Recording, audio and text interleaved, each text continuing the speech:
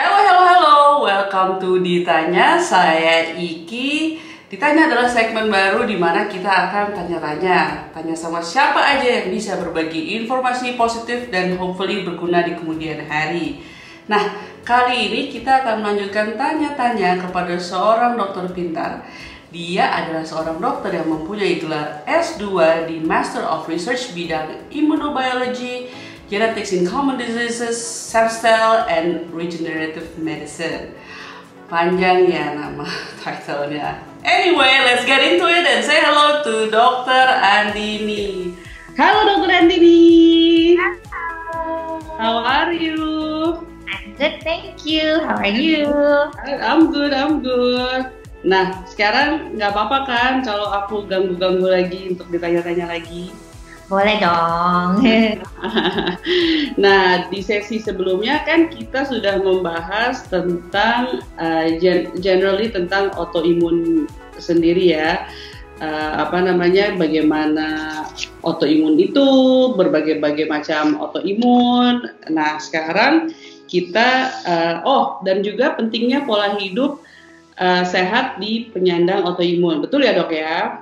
Nah, jadi kalau kalian yang miss the video, you can see, bisa lihat video kita sebelumnya. Nah, sekarang dari session kemarin nih, Dok, banyak pertanyaan nih dari teman-teman kita. Misalnya kalau kita itu curiga ya, kita nih autoimun apa enggak, itu gejalanya kira-kira apa saja, Dok? Ya, jadi kan kemarin saya jelaskan bahwa penyakit autoimun itu kan banyak jenisnya ya. Betul, ada 100 tuh. Banyak ya. Nah, jadi gejalanya juga sangat bervariasi tergantung dari jenis penyakit autoimunnya masing-masing gitu. Tapi beberapa penyakit autoimun ada juga yang punya gejala-gejala yang mirip nih.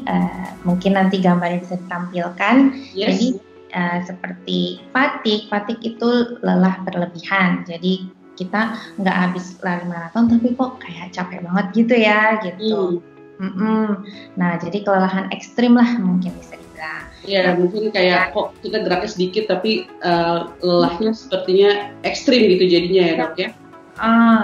Kemudian ada juga yang mungkin sakit-sakit sendi seperti itu juga cukup banyak, lumayan yang mengatakan seperti itu. Kemudian rambut rontok itu juga bisa, atau kayak panas-panas demam ringan gitu, itu juga bisa. Kemudian ada yang namanya brain fog gitu. Nah, brain fog itu penjelasannya lebih banyak ya, cuma itu ya seperti ya ada gangguan mungkin sedikit kayak gangguan memori tapi agak beda gitu ya. Mungkin nanti bisa dicari tahu lebih mengenai brain fog ini ya gitu, beda dengan lupa biasa. Gitu. Jadi oleh karena juga autoimun itu beragam, kan seperti kata dokter sebelumnya ada lebih dari 100 jenis autoimun, jadi mungkin gejala-gejalanya juga beragam gitu ya, Dok ya? Beragam gitu. Tapi yang jelas itu kalau misalnya yang tipe yang kronik gitu ya, itu akan gejalanya dialami bertahap dan lama gitu kan. Gitu. Oke. Nah, sekarang kalau misalnya saya nih, atau teman-teman di sana, kalau kita mau memeriksa autoimun itu pemeriksaannya seperti apa, Dok? Apa yang diperiksa, cuma pakai stetoskop atau apa kan? Kira-kira gimana, Dok, pemeriksaannya? Ya, nah itu kalau misalnya untuk autoimun itu ya memang itu untuk diagnosanya membutuhkan namanya kriteria diagnosis. Jadi yang dilihat nggak bisa hanya dilihat dari lab saja gitu. Jadi perlu kita melihat dari gejala kemudian labnya gitu. Jadi misalnya untuk lupus ada 11 kriteria diagnosis jadi kalau misalnya memenuhi 4 dari 11 itu ditegakkan diagnosa lupus seperti itu. Nah, tapi itu dari gejala dan lab gitu. Jadi kita nggak bisa kucuk-kucuk misalnya ke lab terus mau cek autoimun gitu, nggak bisa gitu.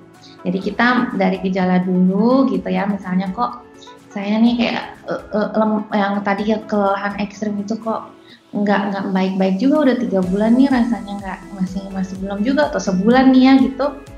Nah, itu datanglah sebaiknya pergi berobat, nanti dokternya itu yang akan kemudian mungkin ada kecurigaan karena autoimun, pemeriksaan labnya yang mana. Karena itu beda-beda juga gitu ya, ada antibody ini tergantung dari jenis penyakit autoimunnya gitu. Ya, jadi sebelum kita daripada ngeceknya nggak berarah ya, lebih baik kita diperiksa dulu untuk memeriksa gejalanya, lalu dari gejala-gejala itu yang kita ceritakan kepada dokternya, baru dokternya membuat this is what we need to check, atau ini yang kita bisa harus cek, begitu ya dok ya? Betul, nanti juga dokternya kan akan melakukan pemeriksaan fisik ya, betul. Gitu. Jadi gejalanya, ya. Cuma memang kalau pandemi gini agak lebih susah ya untuk pemeriksaan fisik ya gitu. Cuma ya jadi nanti dokternya ya akan menilai. Jadi intinya kita sebaiknya pergi ke dokter dulu ya. Jadi jangan langsung periksa ke lab saja. Gitu. Oke. Nah sebelum kita memeriksa, pemeriksaan kan dokter ini banyak nih dok. Ada dokter umum, dokter spesialis ini, spesialis itu. Kita itu kalau kita curiga akan kita itu autoimun harus memeriksa ke dokter spesialis apa? Ya, jadi memang tidak ada spesialis autoimun gitu ya, karena kan tadi itu penyakitnya banyak sekali ya. Jadi ada yang perlu ke dokter reumatologi ya, ada yang perlu ke dokter hematologi, dokter darah, ada yang perlu ke dokter endokrin, dokter hormonal ya. Kemudian ada yang perlu ke dokter saraf, neurologi gitu. Jadi itu kan tergantung ya dari kita mengidap penyakit autoimun yang mana. Nah awalnya mungkin kita bingung nih kita kemana dulu gitu ya.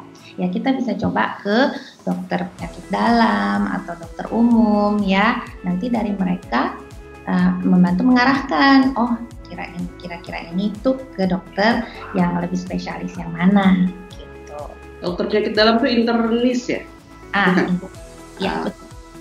Nah jadi ternyata itu pemeriksaannya tidak sesimpel yang orang suka ini ya, orang suka kita cek aja sendiri lalu kita decided kalau kita ini begini. Ternyata enggak, karena seperti yang kata dokter tadi bilang bahwa itu multifaktorial ya, banyak faktor dan banyak gejala yang tidak semua autoimunnya juga banyak jenisnya, tapi juga gejalanya ya pasti lebih banyak lagi kan. Sebagai seorang dokter spesialis dia pasti bisa atau lebih berpengalaman untuk mengkategorikan atau Anda autoimun atau enggak, atau kalaupun autoimun yang mana, begitu ya dok ya? Ya, jadi memang tidak semudah itu, makanya memang apalagi dulu ya yang masih autoimun belum begitu banyak juga dikenal gitu ya, masih dipelajari terus. Itu untuk mendiagnosa itu memang bisa membutuhkan waktu lama. Ada orang yang sampai tahunan baru bisa terdiagnosa. Oh really? Ya. Sekarang nggak gitu kan ya? Sekarang udah lebih banyak yang aware, sudah lebih banyak yang ini, dan memang susahnya juga kan ada beberapa pemeriksaan itu yang masih harus dikirim ke luar negeri atau belum ada di Indonesia gitu untuk pemeriksaannya. Jadi makin membuat agak lebih sulit untuk diagnosanya ya gitu. Jadi orang bisa memang lama terdiagnosa, tapi alhamdulillah kalau sekarang kan sudah mulai lebih aware, lebih cepat lah gitu. Jadi sebenarnya kita itu boleh sekali aware, kita tereducated tentang hal itu, tapi untuk kita juga dengan awareness itu bisa mendeteksi dini ya gitu, tapi juga jangan self diagnose ya, atau jangan diagnosa sendiri ya dok ya. Diagnosa sendiri itu harus dokternya yang mendiagnosa ya, dokter spesialis yang ahlinya yang mendiagnosa. Oke dokter, thank you for your time. Jadi kalau kita bisa menyimpulkan sebenarnya autoimun itu banyak juga beragam, tapi juga beragam juga gejala-gejalanya. Nah untuk lebih mendalami atau lebih pasti akan apakah kita autoimun atau enggak, lebih baik kita ketemu dokter spesialis, dan spesialisnya itu tadi yang dokter sudah sebutkan, ada apakah itu pertama-tama bisa dimulai ke internis dulu ya dok ya, karena kan gejalanya juga macam-macam gitu. Nah, dari pemeriksaan dokter itu barulah kita baiknya dicek secara laboratorium, tapi ceknya berdasarkan gejala-gejala yang sudah disimpulkan atau kita sampaikan terhadap dokternya, sehingga dihindarkan oleh self-diagnose. Yang self-diagnose bisa mengarah ke sesuatu yang bisa overact, maksudnya berlebihan gitu, malah bisa menyakiti tubuhnya, bisa aja kan dok ya? Ya, mungkin dia misalnya jadinya melakukan suatu pantangan yang terlalu berlebihan kan jadinya gitu ya. Jadi berlebihan malah actually your body doesn't need that, or maybe your body needs it tapi malah nggak tahu karena jadi self-diagnose yang berlebihan. Oke. Nah, kalau mau tanya-tanya langsung nih, guys, ke Dokter Andini, Dokter Andini itu sebenarnya bisa counseling virtual. Nah, kalau untuk menanya-nanya atau counseling, misalnya kita mau buat appointment untuk counseling virtual, bisa ke alamatnya dokter. Apa dok alamatnya? drdinis@gmail.com.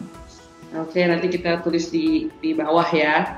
Oke, dokter, terima kasih atas waktunya, and hopefully kita bertemu lagi di session ditanya berikutnya. Oke. Bye. Oke, sekian dari saya Iki, saya pamit dulu. I hope I'll see you in our next ditanya video. See ya. Bye.